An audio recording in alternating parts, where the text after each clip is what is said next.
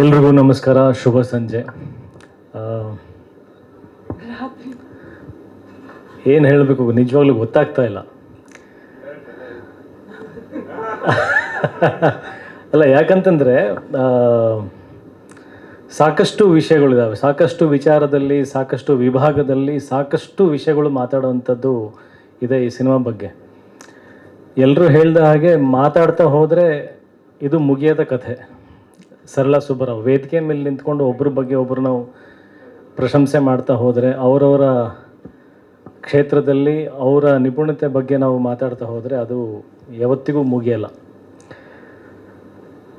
ಆದರೆ ನನ್ನ ವೈಯಕ್ತಿಕ ಬದುಕಿನಲ್ಲಿ, ನನ್ನ ವೃತ್ತಿ ಜೀವನದಲ್ಲಿ ಸರಳಾ ಸುಬ್ಬರಾವ್ ಅನ್ನೋ ಒಂದು ಸಿನಿಮಾ ನಾನು ಮಾಡಿದ್ದು ನನಗೆ ಒಂದು ದೊಡ್ಡ ಹೆಮ್ಮೆ, ದೊಡ್ಡ ಗೌರವ.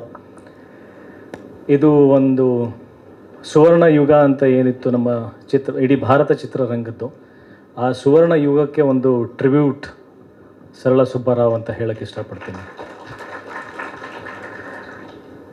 ನಾನು ಚಿಕ್ಕವನಿದ್ದಾಗ ಈ fantasy films, Superman, Batman, spider man ಇವೆಲ್ಲ ನೋಡಿದಾಗ ಆ ಥರದ್ದೊಂದು ಪಾತ್ರಕ್ಕೆ ಹೋಗಿ ಏನೋ ಮೇಲಿಂದ ಜಿಗಿಯೋದಾಗಲಿ, ಆ ಥರದ್ದೊಂದು ಸ್ಟಂಟ್ಸ್ ಮಾಡೋದಾಗಲಿ, ನನಗೂ ಆ ಥರದ್ದು ಏನೋ ಒಂದು ಸೂಪರ್ ಪವರ್ಸ್ ಬರಬೇಕು ಅನ್ನೋದು ಯೋಚನೆ ಮಾಡಿದ್ದು ಸಹಜ, ಎಲ್ಲರ ಜೀವನದಲ್ಲಿ ಮಾಡಿರ್ತೀವಿ. ಈ ಸಿನಿಮಾದಲ್ಲಿ ನಾನು ಒಂಥರ ಸೂಪರ್ ಹೀರೋ. ಅದು ಹೇಗೆ ಅಂತಂದರೆ, ದಯವಿಟ್ಟು ಅನ್ಯತಾ ಭಾವಿಸ್ಬೇಡಿ, ಬಟ್ ನಾನು ನನ್ನಲ್ಲಿ ಡಾಕ್ಟರ್ ರಾಜನ ಕಂಡಿದ್ದೀನಿ, ಅನಂತನಾಗ್ ಸರ್ನ ಕಂಡಿದ್ದೀನಿ, ಅಂಬರೀಷ್ ಅಣ್ಣನ ಕಂಡಿದ್ದೀನಿ, ವಿಷ್ಣು ಸರ್ನ ಕಂಡಿದ್ದೀನಿ. ಅಂದರೆ ಆ ರೆಟ್ರೋ ಕಾಲಕ್ಕೆ ಹೋದಾಗ, ಆ ಥರ ಬಟ್ಟೆ ಹಾಕ್ಕೊಂಡಾಗ, HD ಬೈಕ್ ಓಡಿಸಿದಾಗ, ಆ ಥರ ಹಾಡುಗಳಲ್ಲಿ ಅಭಿನಯಿಸಿದಾಗ, ಆ ಥರ ಡೈಲಾಗ್ಸ್ಗಳು ಹೇಳಿದಾಗ, ಆ ಕಾಲದಲ್ಲಿ ಬದುಕು ಬಂದವನು, ಆ ಅದೃಷ್ಟ ಎಷ್ಟು ಜನಕ್ಕೆ ಸಿಗತ್ತೆ. ನಾನು ಪ್ರತಿ ಸಲ ಲೋಹಿತ್ ಸರಿಗೆ ಮತ್ತು ಮಂಜು ಸರಿಗೆ ಅದನ್ನೇ ಹೇಳ್ತಾ ಇದ್ದೆ, ಸರ್ ಈ ಥರದ್ದೊಂದು ಅವಕಾಶ ಮತ್ತೆ ನನ್ನ ಜೀವನದಲ್ಲಿ ಸಿಗುತ್ತೋ ಸಿಗಲ್ವೋ ಗೊತ್ತಿಲ್ಲ ನನಗೆ. ಬಹಳ ಅಪರೂಪ ಒಬ್ಬ ಕಲಾವಿದನಿಗೆ ಆ ಯುಗಕ್ಕೆ ಹೋಗಿ ಜೀವಿಸುವಂಥ ಒಂದು ಅವಕಾಶ, ಅದನ್ನು ತೆರೆ ಮೇಲೆ ಶಾಶ್ವತವಾಗಿ ಇಟ್ಟು ಎಲ್ಲ ಬರುವಂಥ ಪೀಳಿಗೆ ಅದನ್ನು ನೋಡೋವಂಥ ಒಂದು ಅವಕಾಶ ಅವರಿಗೂ ಸಿಗುತ್ತೆ. ಸೊ ಇಂಥ ಒಂದು ಎಕ್ಸಲೆಂಟ್ ಟ್ರಿಬ್ಯೂಟ್ ಕೊಡುವಂಥ ಅವಕಾಶ, ಈ ಥರ ಪಾತ್ರದಲ್ಲಿ ಜೀವಿಸೋದಕ್ಕೆ ಒಂದು ಅವಕಾಶ, ಅದನ್ನು ಕಲ್ಪಿಸ್ಕೊಟ್ಟಿದ್ದಕ್ಕೆ ನನಗೆ ಮಂಜು ಸರ್ ಮತ್ತು ಲೋಹಿತ್ ಸರ್ ಅವರಿಗೆ ನನ್ನ ತುಂಬ ಹೃದಯದ ಧನ್ಯವಾದಗಳು. ಆ್ಯಂಡ್ ಇನ್ನೊಂದು ಮಾತು ವೆರಿ ಪ್ರೌಡ್ಲಿ ನಾನು ಹೇಳಕ್ಕೆ ಇಷ್ಟಪಡ್ತೀನಿ, ಈ ಸಿನಿಮಾದ ಹೀರೋ ನಾನಲ್ಲ, ಈ ಸಿನಿಮಾದ ಹೀರೋ ನಮ್ಮ ನಿರ್ಮಾಪಕರು ಲೋಹಿತ್ ನಂಜುಂಡಯ್ಯ ಅವರು.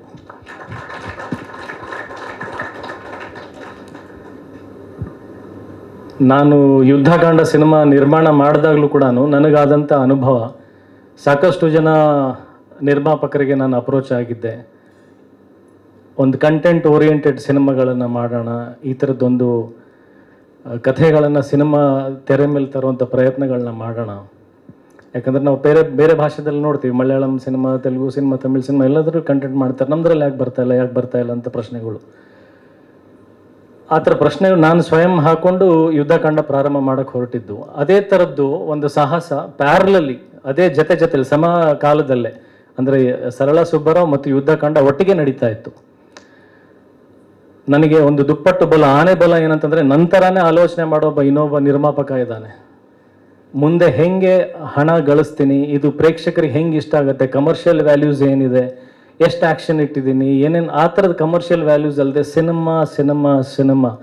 ಸಿನಿಮಾ ಚೆನ್ನಾಗಿದ್ದರೆ ಮಾತ್ರ ಒಂದು ಸಿನಿಮಾ ಚೆನ್ನಾಗಿದ್ದರೆ ಒಬ್ಬ ಕಲಾವಿದ, ಸಿನಿಮಾ ಚೆನ್ನಾಗಿದ್ದರೆ ಒಬ್ಬ ನಿರ್ದೇಶಕ, ಒಂದು ಸಿನಿಮಾಯಿಂದ ಎಲ್ಲರೂ ಆಗ್ತಾರೆ ಹೊರತು ನಮ್ಮಿಂದ ಯಾವತ್ತೂ ಸಿನಿಮಾ ಆಗಲ್ಲ. ಸಿನಿಮಾನಲ್ಲಿರೋಂಥ ತಾಕತ್ತು ಸಿನಿಮಾಯಿಂದನೇ ನಾವು. ಆ ಮನಸ್ಥಿತಿ ಇಟ್ಕೊಂಡು, ಆ ಥರದ ಆಲೋಚನೆ ಇಟ್ಕೊಂಡು ಸಿನಿಮಾ ಮಾಡಿದವ್ರು ಎಲ್ಲರೂ ಗೆದ್ದಿದ್ದಾರೆ.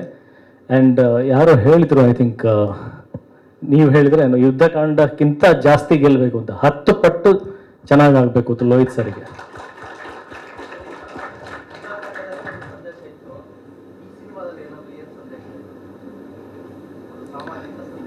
ನಿರ್ಮಾಪಕರಿಗೆ ಒಳ್ಳೆ ಸಂದೇಶ ಸಿಗುತ್ತೆ ಸರ್.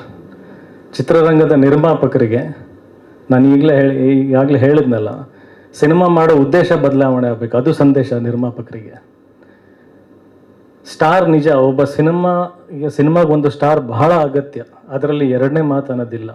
ಯಾಕಂದರೆ ಜನಕ್ಕೆ ತಲುಪಿಸೋಂಥ ರೀತಿಯಲ್ಲಿ ಅದು ಹೆಲ್ಪ್ ಆಗುತ್ತೆ.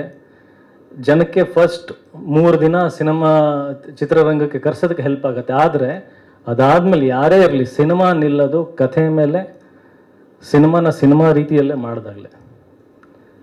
ಆ ಉದಾಹರಣೆ, ಆ ಸಂದೇಶ ಇಂಡಸ್ಟ್ರಿಗೆ ಸರಳ ಸುಬ್ಬಾರಾವ್ ಮುಖಾಂತರ ಸಿಗುತ್ತೆ. ಬರೀ ನಾವು ಕಥೆ ಮೂಲಕ ಮೌಲ್ಯಗಳು ಹೇಳೋದಲ್ಲದೆ ಸಿನಿಮಾ ಮಾಡೋ ಮುಖಾಂತರನೂ ಹೇಳಬೇಕಾಗತ್ತೆ ಕೆಲವೊಂದು ಸಲ. ಸಂದೇಶ ಇದರಲ್ಲಿ ಎಲ್ರಿಗೂ ಗೊತ್ತಿರೋಂಥ ವಿಚಾರಗಳು. ಅದು ಯಾರು ಹೇಳಿದಾರಲ್ಲ ಇವಾಗ ಸರ್, ಮಧ್ಯದಲ್ಲಿ ಎದ್ಬಿಟ್ಟು ಹೋಗಿ ತನ್ನ ಹೆಂಡ್ತಿನ ನೋಡ್ಕೊಂಡು ಬಂದರು ಅಂತ. ನಾನು ನನ್ನ ಹೆಂಡ್ತಿನ ಮೈಸೂರಿಗೆ ಕರ್ಸ್ಕೊತಾ ಇದ್ದೆ ಸರ್. ಸಿನಿಮಾ ಮಾಡ್ತಾ ಮಾಡ್ತಾ ಇನ್ನೊಂದು, ನಾವು ಪರಕಾಯ ಪ್ರವೇಶ ಮಾಡೋದು ಬೇರೆ, ನಮ್ಮ ನಿರ್ದೇಶಕರು ಎಷ್ಟು ಪರಕಾಯ ಪ್ರವೇಶ ಮಾಡಿದ್ರು ಅಂದರೆ, ಸಿನಿಮಾ ಮಾಡೋ ಪ್ರೊಸೆಸ್ಸಲ್ಲಿ ಇನ್ನೊಂದು ಮಗು ಹುಟ್ಟಿಸಿದ್ರು ಅವರು.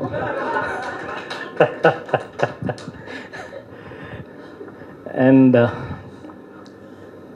ಇನ್ನೇನು ಹೇಳೋದು, ಮತ್ತೆ ನನ್ನ ಅದೃಷ್ಟ ಅಜ್ನಿ ಸರ್, ನಿಮ್ಮ ಸಂಗೀತದಲ್ಲಿ ಕೆಲಸ ಮಾಡುವಂಥ ಅವಕಾಶ ನನಗೆ. ರಂಗಣ್ಣ ಪದೇ ಪದೇ ನಿಮ್ಮ ಮುಂದೆ ಕ್ಯಾಮ್ರಾ ಮುಂದೆ ನಿಂತ್ಕೊಂಡಾಗೆಲ್ಲ ಅದೇನೋ ಹೇಳ್ತಾರಲ್ಲ, ನಿಮ್ಮಲ್ಲಿರೋಂಥ ತಾಕತ್ತು, ಇನ್ನೊಂದು ಕಲಾವಿದನಿಗೆ ಎನರ್ಜಿ, ಇನ್ನೊಂದು ಕಲಾವಿದನಿಗೆ ಒಂದು ವಿದ್ಯೆ ಕೊಡೋಂಥ ತಾಕತ್ತು, ಶಕ್ತಿ ನಿಮ್ಮಲ್ಲಿದೆ. ನಾವು ಎಷ್ಟು ಬೆಳೆದಿದ್ದೀವಿ ನಿಮ್ಮ ಜೊತೆ ಆ್ಯಕ್ಟ್ ಮಾಡ್ತಾ ಅಂತ ನಮಗೆ ಗೊತ್ತದು. ನಾವು ಓಕೆ ಇವಾಗೆಲ್ಲ ಕಲ್ತಿದ್ದೀವಿ, ಪಕ್ವಾಗಿದ್ದೀವಿ, ಪರಿಪೂರ್ಣತೆ ಬಂದಿದೆ ಅಂತ ನಿಮ್ಮ ಮುಂದೆ ನಿಂತ್ಕೊಂಡಾಗ ಗೊತ್ತಾಗುತ್ತೆ ನಾವು ಇನ್ನೂ 0 ಇದ್ದೀವಿ ಅಂತ. ಮತ್ತೆ ಕಲ್ತ್ಕೊಂಡು ಹೋಗ್ತೀವಿ, ಅದನ್ನೆಲ್ಲೋ ಬೇರೆ ಕಡೆ ಅಳವಡಿಸ್ಕೊಂಡಿರ್ತೀವಿ. ಅಜಯ್ ಏನು ಚೆನ್ನಾಗಿ ಆ್ಯಕ್ಟ್ ಮಾಡ್ತಾನೆ, ನಮಗೆ ಗೊತ್ತಿರುತ್ತೆ ರಂಗಣ್ಣವ್ರ ಜೊತೆ ಆ್ಯಕ್ಟ್ ಮಾಡ್ಕೊಂಡು ಬಂದಿದ್ದೀವಿ ಅಂತ.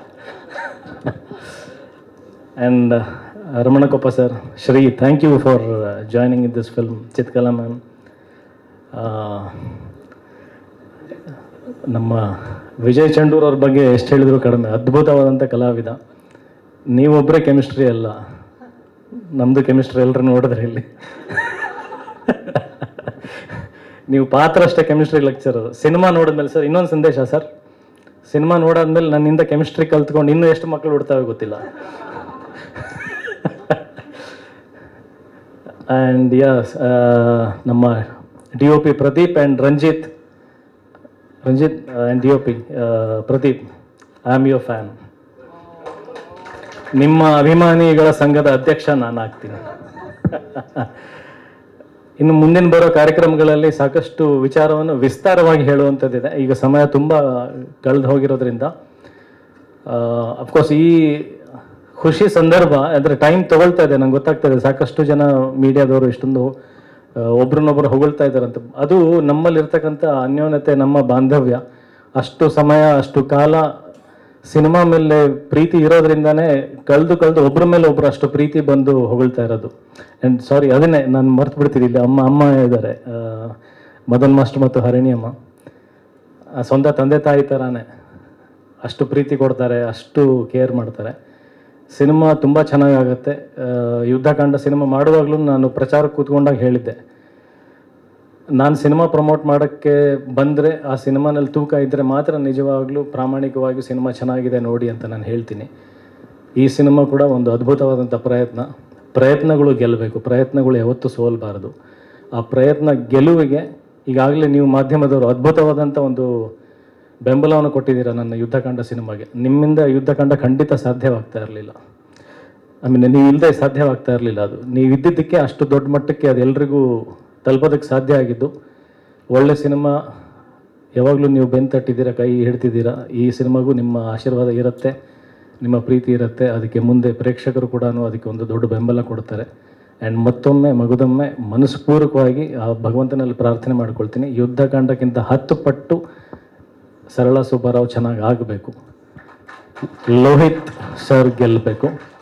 ಗೆದ್ದಾದ ಮೇಲೆ ದುಪ್ಪಟ್ಟು ಸಂಭಾವನೆ ಕೊಟ್ಟು ಇನ್ನೊಂದು ಸಿನಿಮಾ ಮಾಡಬೇಕು. Thank you sir. Thank you.